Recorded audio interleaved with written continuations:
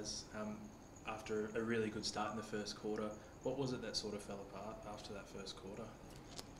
Yeah, it was a disappointing outcome, but yeah, the girls started really well, and that first quarter was on our terms, and then probably 2 weeks in a row, the opposition have lifted their intensity and we haven't been able to match it. I think our work rate fell away in that second quarter, and Collingwood's kicking game got a hold of us. And they, to their credit, they worked harder than us tonight, and they deserve the outcome they've got. But yeah, certainly disappointed because that's not a true reflection of what our group's capable of. Yep, and you mentioned that work ethic. It seemed like Collingwood were maybe a step ahead of you guys, a step quicker than you guys tonight. Do you think the heat plays any part in that, or do you think it was just one of those nights? No, I think, yeah, Collingwood were prepared to work harder. I think we thought at first quarter we'd set the tone and that's what the rest of the game would look like. But unfortunately, there's 2 teams out there and you've got to keep cracking in, and yeah, you've got to keep fronting up to every contest. So Collingwood, yeah, I think the outcome was purely based on who was prepared to work harder and who wanted it more. And they hadn't had a win coming into tonight, and they thoroughly deserved the result they got. Yep. And I suppose their ball movement was probably the best it has been this season. You see a couple goals over the top.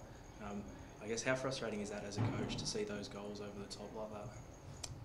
Yeah, you don't want to concede any goals, but it was really just some awareness on defence and missing some of those, some of those players that were uncontested that we should have been able to shut down a lot earlier. But no, I think Collingwood used the ground really well. Their kicking game was the best it's been, and yeah, unfortunately we weren't quick enough to shut it down. Yeah, and I guess a couple of their midfield group got on top. I think Daisy might have had her lowest possession count for the year, and I think their midfield sort of got on top there. What do you think it was in that sort of midfield group that didn't work tonight? Oh, I think it was just work rate, so ability to work contest to contest, and yeah, I think Collingwood got the better of us in that department around the ground, and we'll keep looking at building our midfield strength and keep sharing the workload. But yeah, no, it wasn't a true reflection of what our group's capable of. And I think there still were some positives for you guys. I didn't think you played that badly. What are a few positives, I guess, you can take out of that?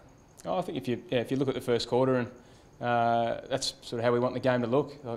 Creating repeat scoring opportunities and numbers around the footy, supporting each other, and being clean with the ball. I think as the game went on, we fumbled balls that we normally wouldn't, and we were missing opportunities. But Harriet Cordoner's first game for this season, I thought her intensity and attack on the ball was brilliant, and yeah, she led by example in that part of the game. It was good to see Anna T get her first opportunity in the jumper, and she defended hard and played well for her teammates. Yeah, and obviously a special round for Alicia Newman, designing the jumper and playing in Alice Springs. I thought she was particularly good with her pressure at times. So how special, I guess, is this week for her, and how did you see her performance?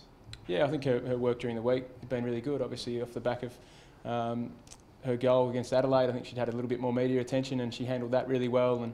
And coming up here, she's been terrific in the community, and she's been sort of the face of some NT government campaigns up here as well. So she's just handled herself really well. She helped design the jumper that the girls wore tonight.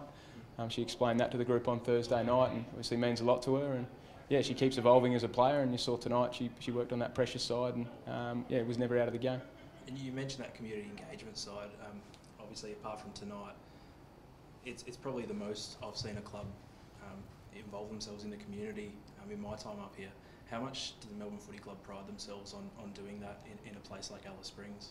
Yeah, absolutely. Yeah, it's a critical area for us to support the community and give back. And for our girls, they've had a great experience the last couple of days. And I think it's to be in Central Australia, just to be at the opportunity to play up here, to get in the community and see how much footy means to the local community.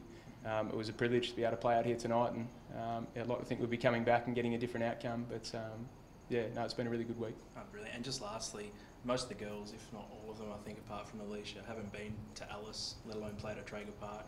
How did they find the facilities tonight and the ground itself?